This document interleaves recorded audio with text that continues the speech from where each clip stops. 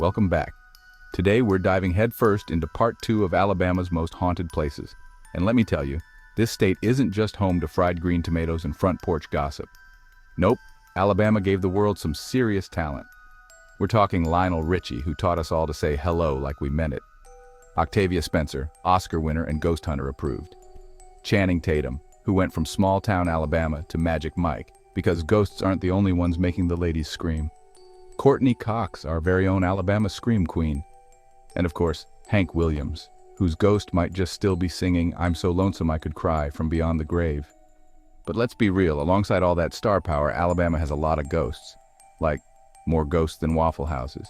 And that's saying something. It seems every dusty road, creaky floorboard, and abandoned shack has a story that'll chill your sweet tea. We've got restless spirits in hospitals, wandering soldiers in old forts, and even ghostly ladies who don't care if you say "Roll Tide" or "War Eagle." They'll haunt you either way. Now, if you're ever driving through Alabama and wondering where you are, here's a cheat sheet. Every 5 miles, you're gonna pass a Dollar General, a church, a bank, and, yep, a haunted house. You can cash your check, confess your sins, buy a Mountain Dew, and get possessed all in the same afternoon. It's like a Southern horror movie convenience combo. In this episode, we're going deeper into the shadows of the Yellowhammer State, uncovering places where the living and the dead coexist, though the dead definitely aren't paying rent. We'll visit haunted mansions, haunted hotels, and probably a haunted Sonic drive-in if we have time. So, grab your flashlight and maybe a cornbread muffin for moral support, because this journey's about to get spooky. And remember, if you feel something brush past, you don't worry. It's probably just a ghost, or your cousin Jimmy. Either way, scream first, ask questions later. Let's jump into Alabama's most haunted places part 2, because around here the only thing scarier than a ghost is running out of sweet tea on a summer day. Let's do it.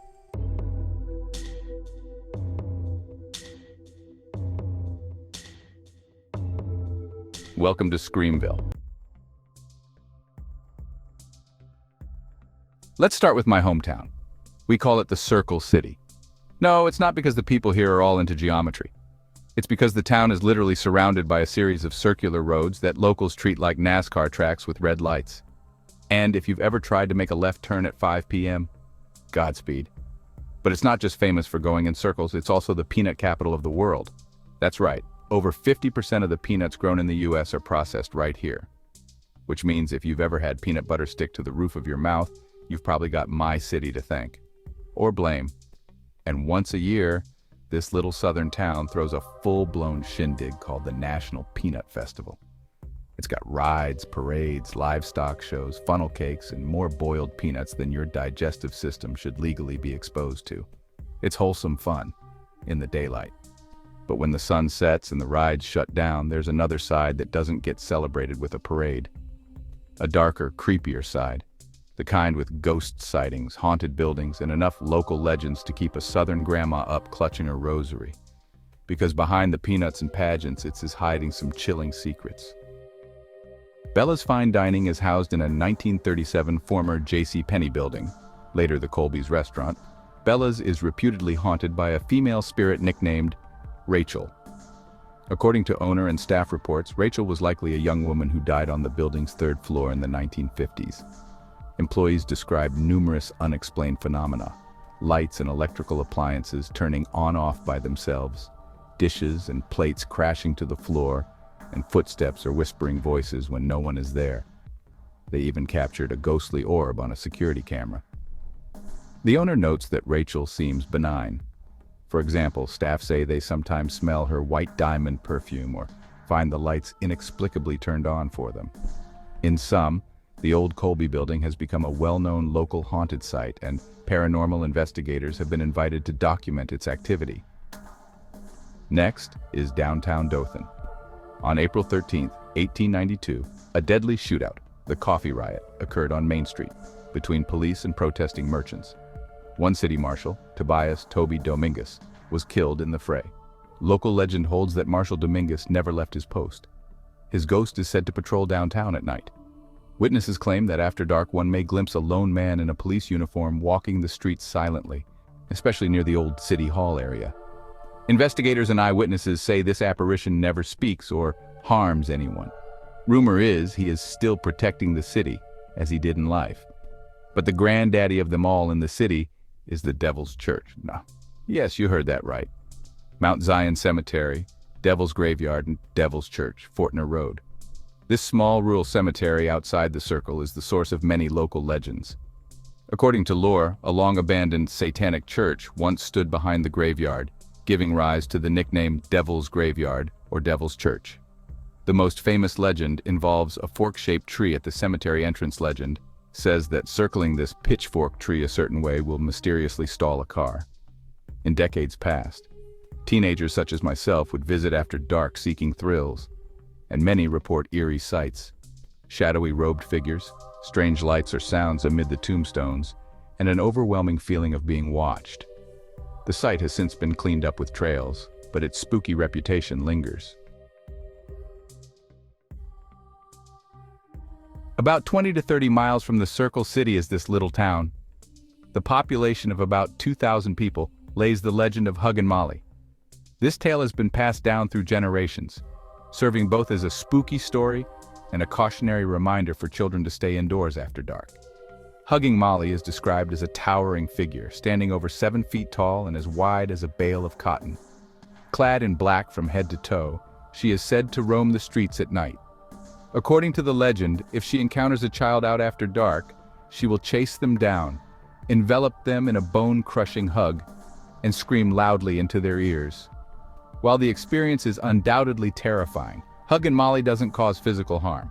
Some interpretations suggest that she is the spirit of a grieving mother who lost her child and now seeks out other children to hug, mistaking them for her own.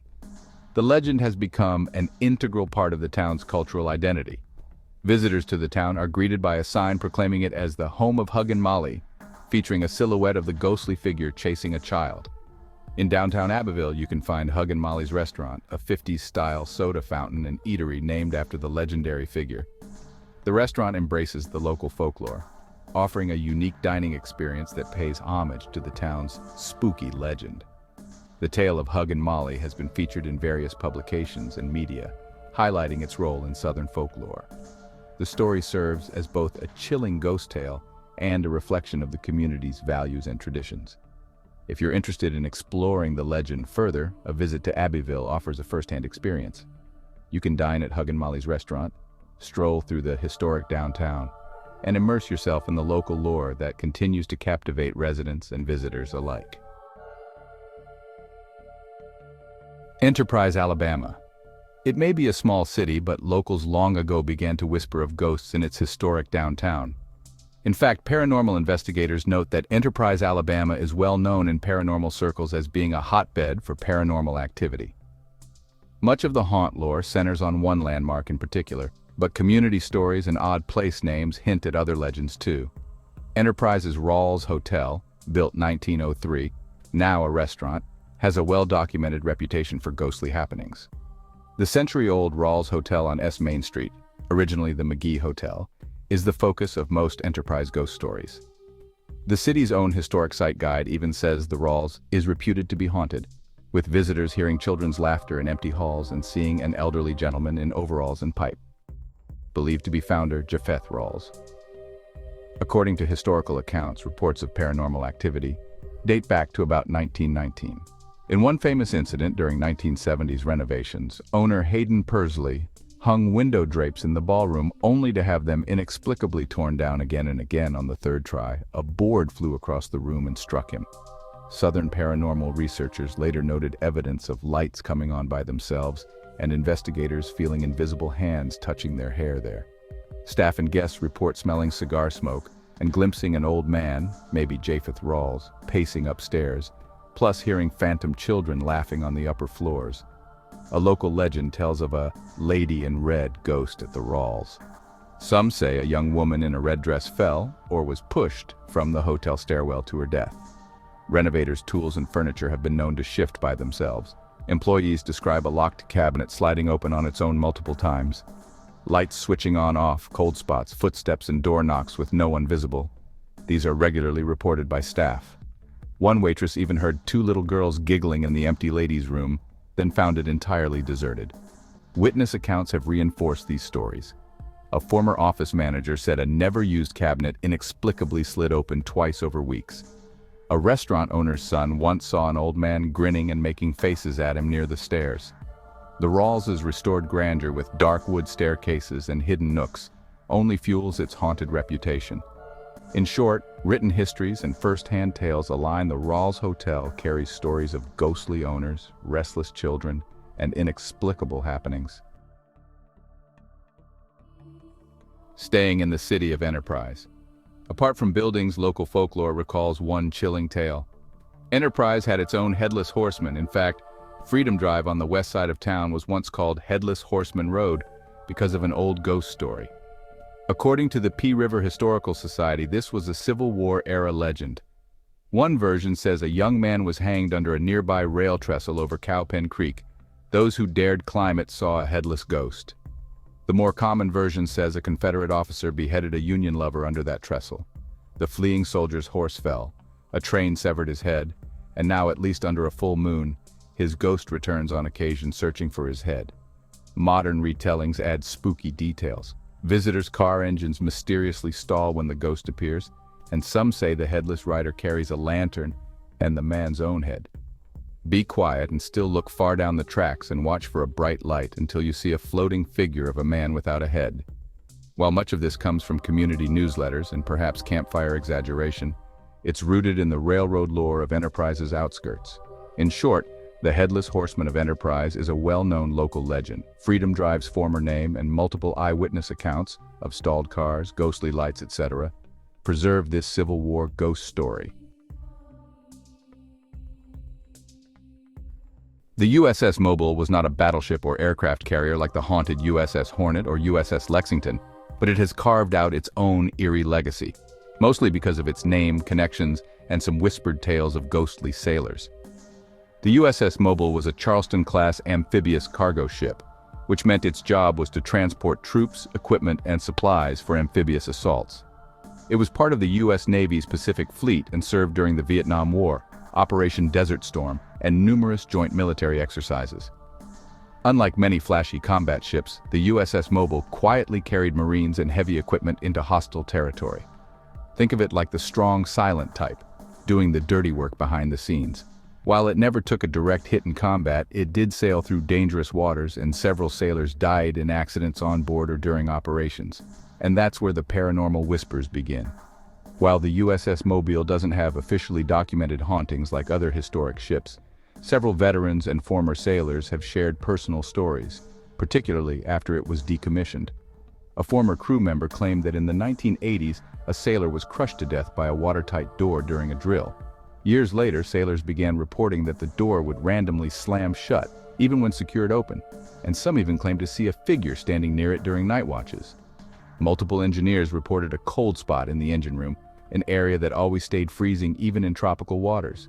Some felt like they were being watched or followed while down there alone, often hearing footsteps above them when no one was around. During its final years, it's said that on at least 3 occasions, a voice was heard crackling over the intercom late at night, muttering unintelligible words in a deep, raspy tone. No one ever found out where the signal came from. A former crew member claimed that in the 1980s, a sailor was crushed to death by a watertight door during a drill.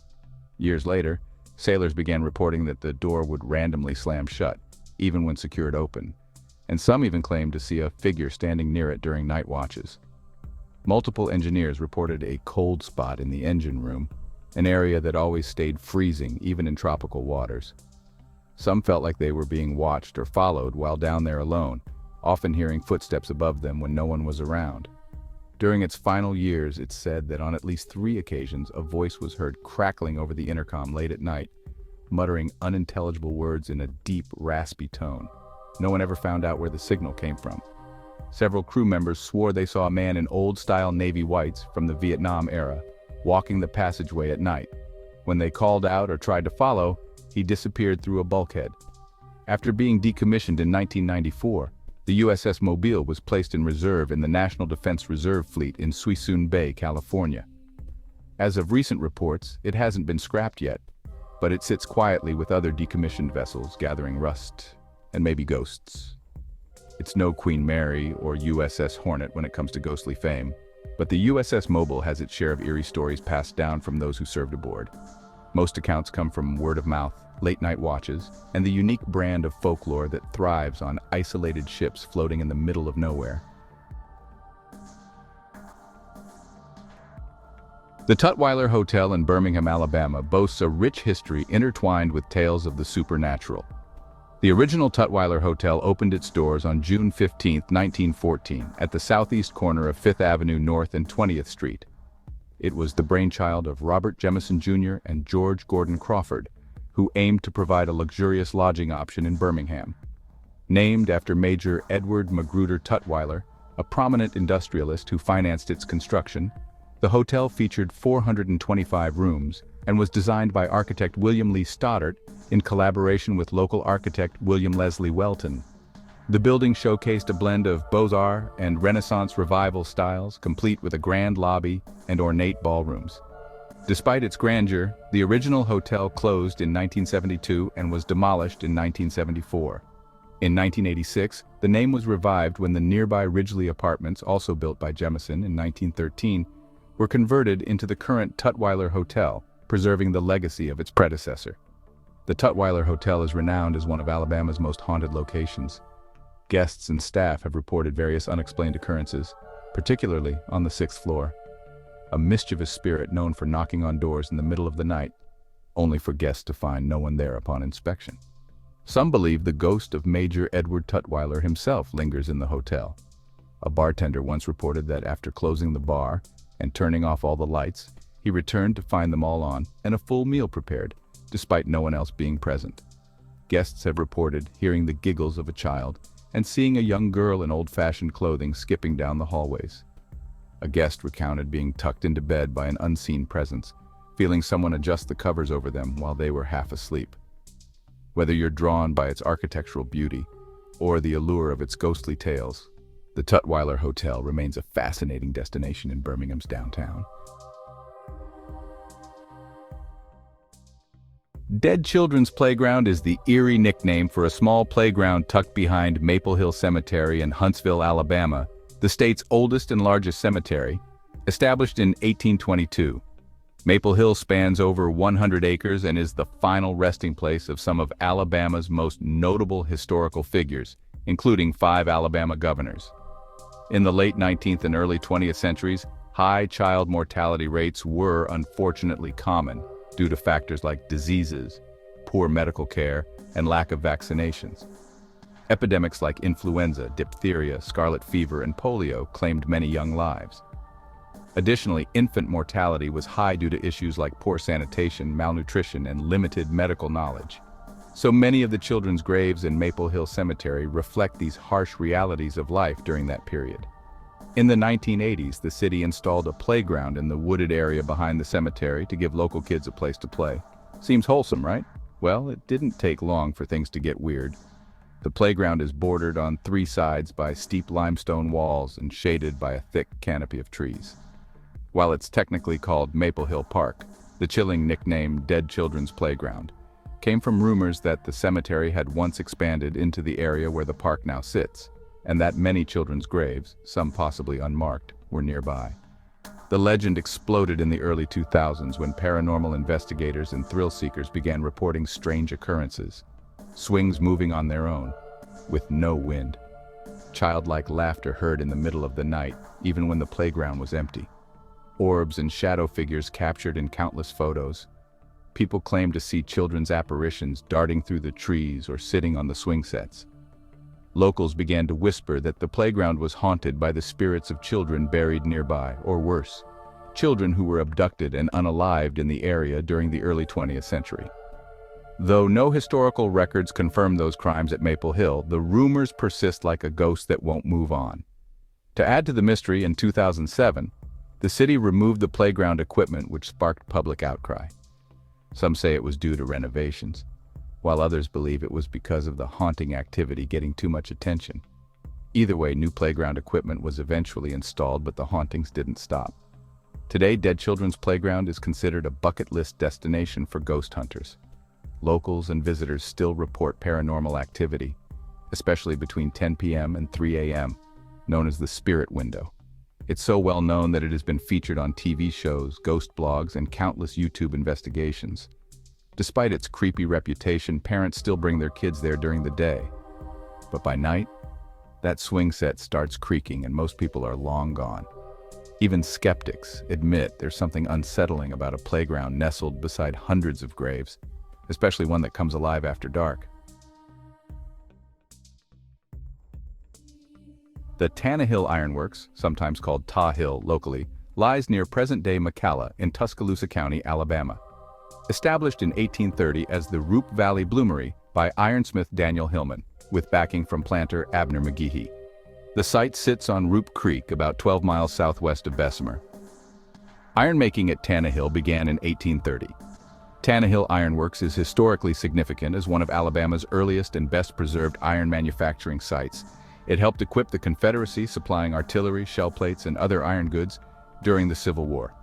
Today, the former ironworks is maintained as Tanahill Historical State Park since 1971, under the Alabama Historic Ironworks Commission. The park includes an on-site museum, Iron and Steel Museum of Alabama, opened 1981, displaying 19th century equipment and artifacts. Tanahill's history has bred its share of folklore and ghost stories. Local legend tells of Isam Hardy, a slave ironworker entrusted with delivering workers' wages. In one tale, Isam is ambushed by outlaws on the road. Fearing a lynch mob, he climbs onto the furnace's charging platform and leaps into the blazing fire rather than be captured. Another popular story involves two enslaved brothers, Jebediah, Jeb, and Ezekiel, Zeke, Washington, who tended the Tanahill works. According to the lore, during Wilson's raid, the brothers escaped into the woods. Zeke was trapped under a fallen tree, and when Jeb ran for help, he was shot by a Union soldier. Zeke later died as well. Jeb still remains at the ruins, goes the tale, searching for his brother.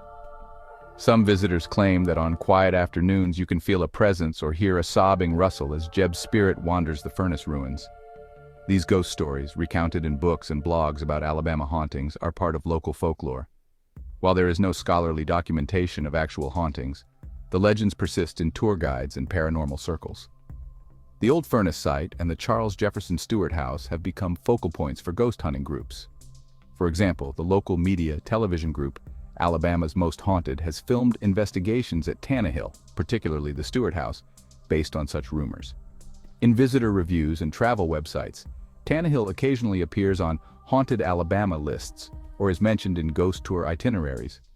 These accounts are anecdotal, but the site's managers acknowledge the stories as part of the park's cultural heritage. In short, Tanahill's historic ambience and tragedies have made it a natural magnet for ghost lore, and this folklore remains a lively if unofficial aspect of its modern identity. The Bay Minette Public Library began in 1922 through the efforts of the Women's Civic Improvement Association under Ann Gilmer's leadership. At first, it was housed in a courthouse jury room. In 1930, the city opened a permanent library building on land donated by Mrs. Gilmer's brother-in-law, Hampton D. Ewing. The library began with 400 books in the courthouse and a $1/year fee. Local lore claims the old library building is haunted, especially around its lower levels and cellar. The most famous legend is the ghost of first librarian Anne, Mrs. Gilmer, said to linger among the stacks. According to folklorist Alan Brown, 2014, staff have reported books inexplicably sliding off shelves, later realizing they were simply misshelved, as if guided by a helpful hand.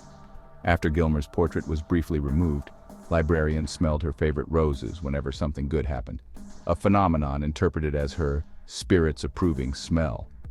When the library moved across the street to the old church, workers reportedly invited Mrs. Gilmer to come along. At that moment, the empty elevator began moving on its own.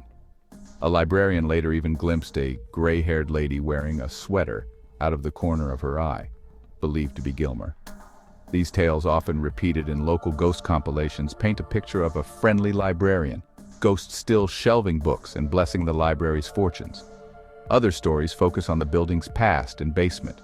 One long-standing legend holds that the 1930 library site was once the town jail morgue. Paranormal websites note that basement furnace room asterisk is especially haunted, since it may have once housed the morgue or prison cells. Witnesses report feeling watched on lone walks through the building or seeing shadowy movement in empty rooms. One ghost tour guide even claims the old library used to be a morgue in the early 1900s, and that books will occasionally move by themselves. These accounts are largely based on oral tradition and a few published collections of Southern ghost lore. No official records document hauntings, but the stories persist in Bay Minette's community memory. Old Bryce Hospital generally refers to the historic state psychiatric hospital near Tuscaloosa, Alabama, particularly its older wing built for Black patients, the Jemison Center in Northport. The original Alabama State Hospital for the Insane was founded in Tuscaloosa in 1859, opening in 1861, under reformer Dorothea Dix's advocacy.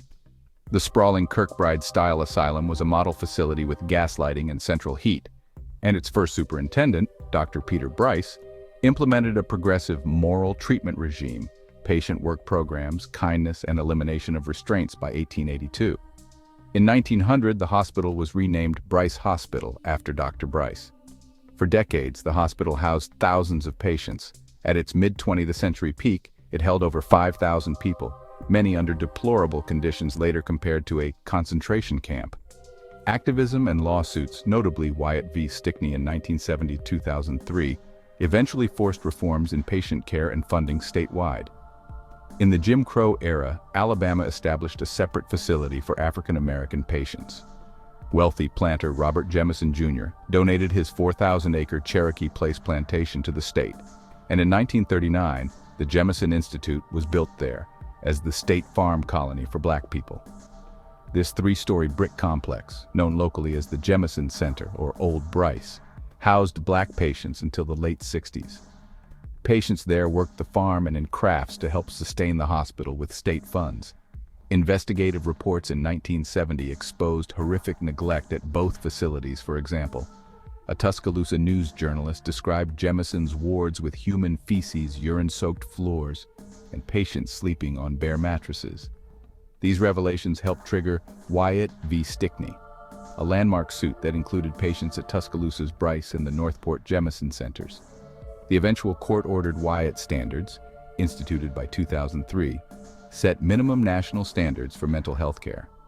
Bryce Hospital also maintained its own cemetery on the Tuscaloosa campus. Known as Old Bryce Cemetery, it dates to 1861. By the early 20th century, the grounds spanned what is now Jack Warner Parkway. Only a few iron grave markers survive. Most of the estimated thousands of patients buried there have unmarked graves or were moved during road construction. For instance, one historian notes the city relocated about 1,289 graves in 1967, and today the original cemetery area is overgrown and partially paved over. By the late 20th century, the old Bryce facilities were obsolete.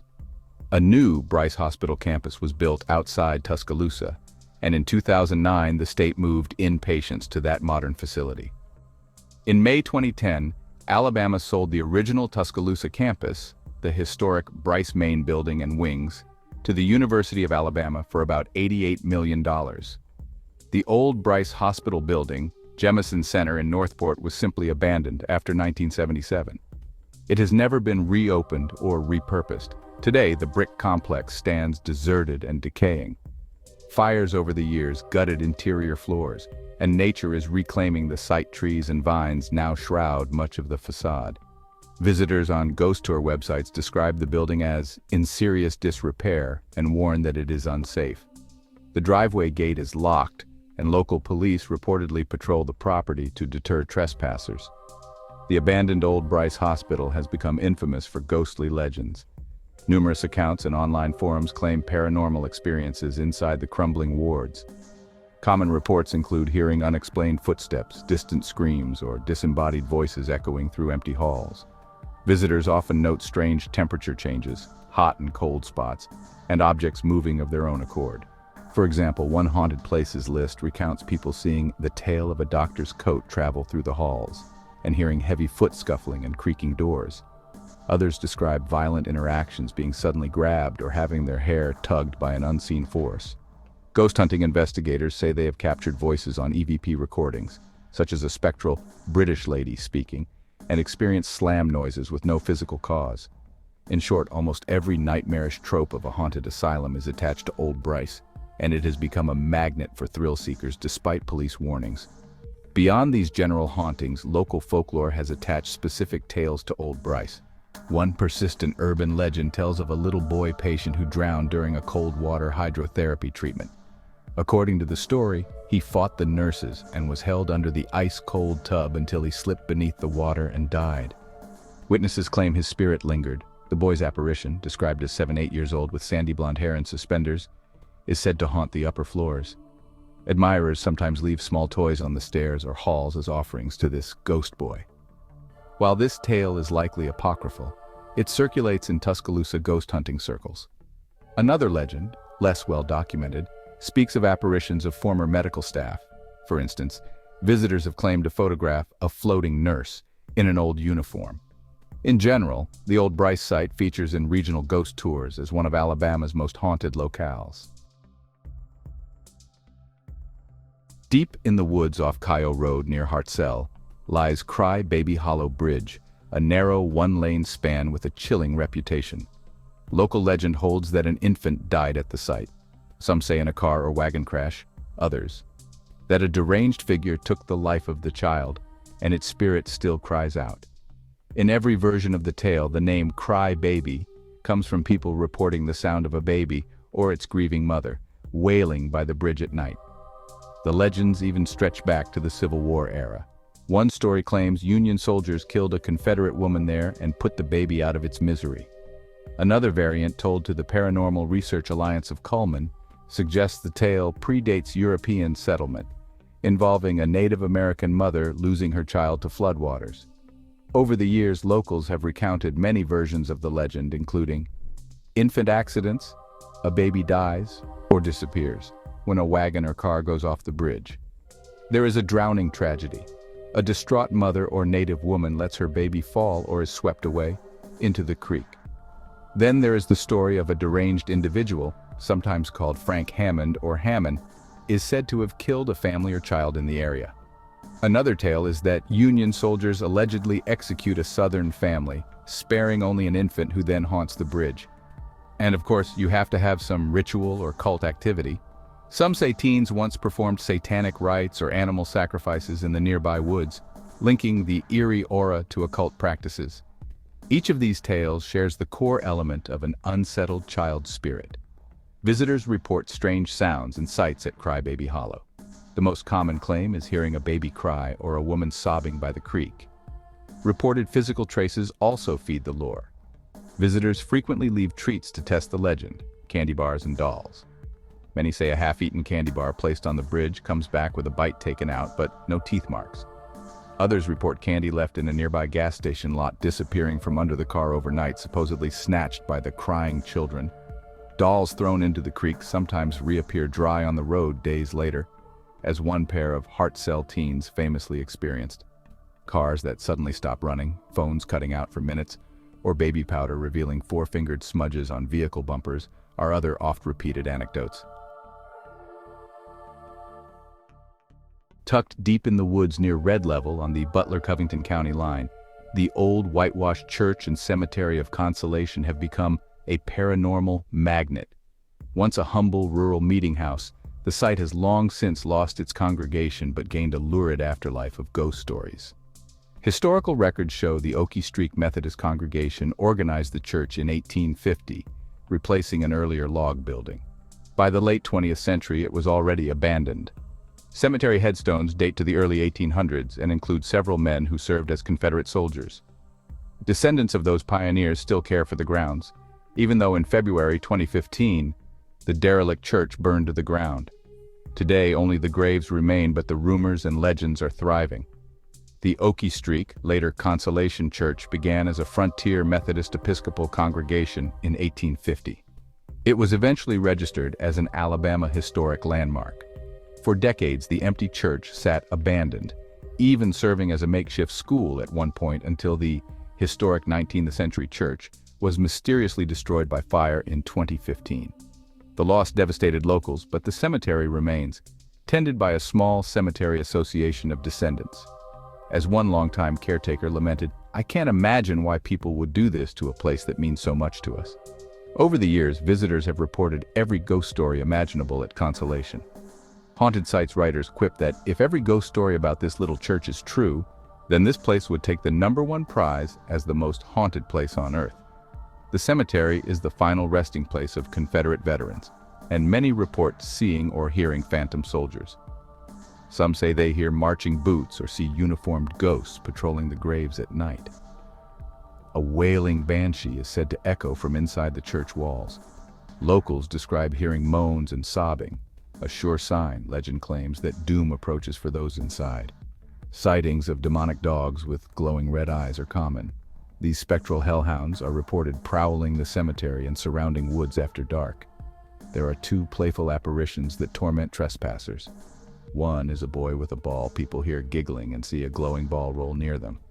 Legend warns that if you roll the ball back, disaster follows. The other is a little girl who skips along the road, always vanishing before you catch up.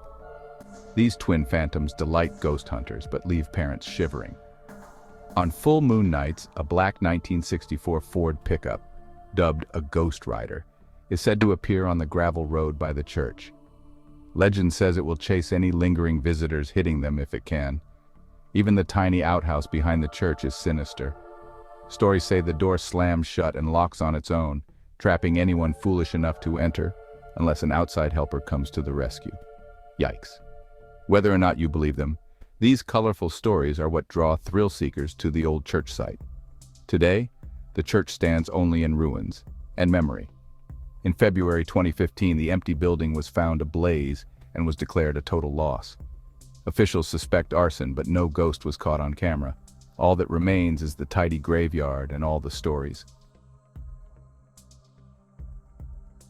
And that wraps up part 2 of Alabama's most haunted places. But don't go ghosting me just yet.